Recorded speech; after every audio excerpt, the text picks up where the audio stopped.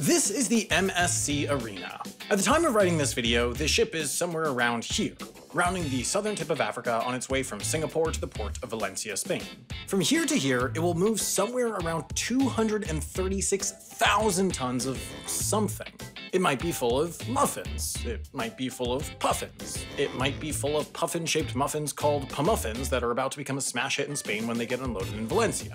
I don't know, you don't know, and people on board the ship don't even know. That's kind of the beauty of modern shipping. It doesn't matter. These containers, coming in lengths of 20 and 40 feet and standardized across the globe by the International Standards Organization, drastically changed the way that shipping works. Instead of inventing new kinds of ships and elaborate processes to move every kind of different thing imaginable, all the shipping industry needs to know how to do is move two different kinds of rectangles. The effects of this have been staggering. The port of Singapore, where the ship was loaded, can move around 220,000 of these containers every single day.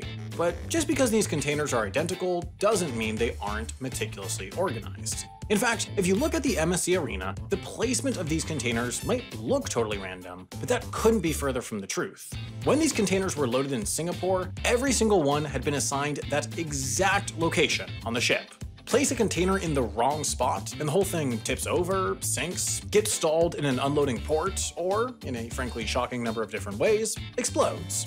Organizing the containers on a container ship is a highly complex and critically important puzzle. So here's how they do it. When they draw plans for loading containers on a ship like the Arena, each one gets assigned a 6-number set of coordinates that dictates its exact position on the ship. I don't think you'll ever need to know how to read container ship coordinates, but I have plenty of time, and you might be able to use this to impress someone on the lamest date of all time, so I'm just gonna teach you how this works anyway. This 6-number digit tells you 3 things: the container's bay, row, and tier. Each one of these container ships is divided into bays, usually around 17 to 24 of them. And confusingly, each of these bays is actually 3 bays, as far as this coordinate system is concerned. Generally, a single bay can hold 1 layer of 40-foot containers or 2 layers of 20-foot containers. That means that each bay needs 3 different coordinate numbers: 2 odd numbers to represent the 2 possible positions of a 20-foot container in the bay, and 1 even number to represent the single position of a 40-foot container. Then all you gotta do is toss in a row number and a tier number, put them together, and mama, you've got a stew. As long as by stew you mean the exact position of an ISO container on board a shipping vessel. Now, the point of these plans is to determine the most efficient and least dangerous way to organize these containers on the ship. But as I mentioned before, this puzzle is complicated by the fact that almost no one at this point in the process actually knows what's in the containers. Instead, each container is marked with another set of numbers that contain just enough information to decide where on the ship they should go, and nothing more. The first and most obvious point of data known to the crew is the container's destination. Not all of these containers are being unloaded at the same port, so the route of the ship needs to dictate how the containers get stacked. Here's a pretty standard trans-Pacific shipping route originating in Qingdao, heading down the coast of China, then over to the US West Coast, and finally returning to Tokyo. The containers in a given bay would reflect this route from top to bottom. Anything that's only headed to the first port of Shanghai would stay on top, and anything bound all the way for Oakland should generally be shoved to the bottom. If a container bound for a later port is stacked on top of a container you need to unload now, you need to execute 3 crane movements instead of just 1, which, compounded over time, can become a huge liability as the cranes might get tired and not want to move containers anymore. That, however, is just a single factor in the placement of containers. We also have to deal with 2 other big problems: physics and chemistry, and also pirates. You know, the big 3. One of the other few points of data known about each container is how much its cargo weighs, and distributing weight across the ship can be surprisingly complex, or at least it seemed complex to my writer Ben, who hasn't taken a physics class since 10th grade. For one, there's the obvious factor that you need weight to be distributed evenly from starboard to port, lest your ship become considerably more upside down than desired. At the same time, that weight needs to be concentrated towards the bottom of the ship, because stacking heavier containers on top of lighter containers makes it more likely for the whole stack to collapse. But oh, not too fast! If too much weight is concentrated on the bottom of the ship, it becomes what they call stiff, and all of a sudden the entire ship controls differently. That's not even to mention the fact that each bay and row all have their own weight limits to prevent the ship from breaking altogether, meaning that weight has to be distributed evenly across 3 different dimensions to keep the ship upright. So already we have enough variables to bring Count von Count to climax, but we haven't even accounted for the slightly troublesome problem that these containers could contain almost anything. These ships transport raw meat, dangerous chemicals, million-dollar sports cars, bombs, drugs, illegal weapons, basically anything you could think of.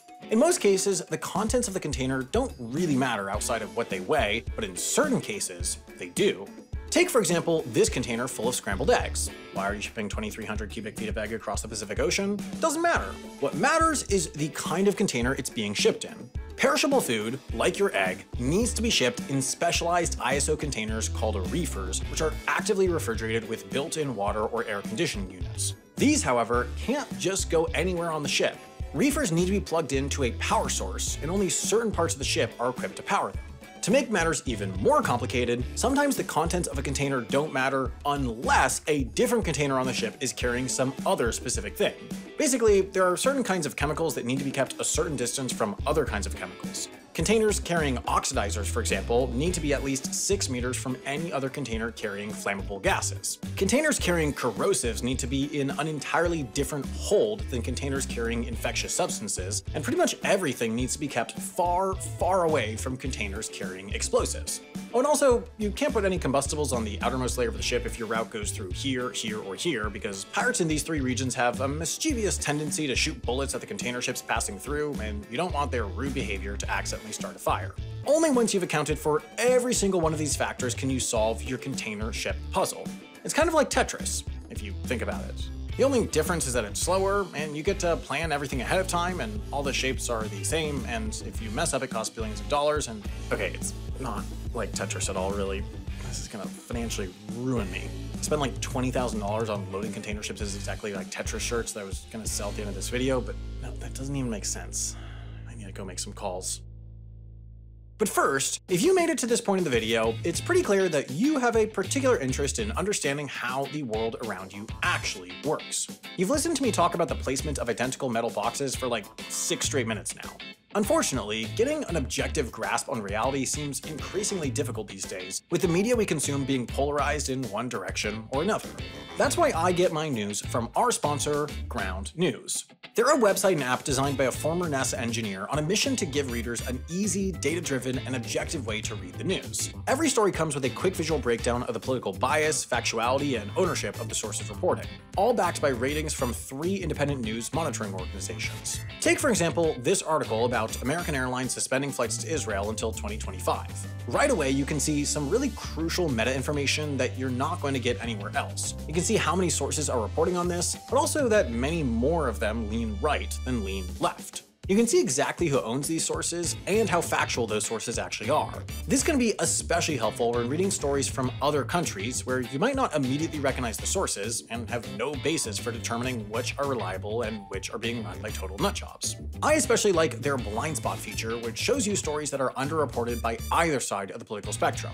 If you want to get a more well-rounded and objective understanding of the world around you, I can't recommend Ground News enough. And good news! HAI viewers can get 40% off a Vantage subscription right now by going to ground.news/halfasinteresting or clicking the link below. And when you do, you'll both support this channel and an independent news platform working to make the media landscape more transparent.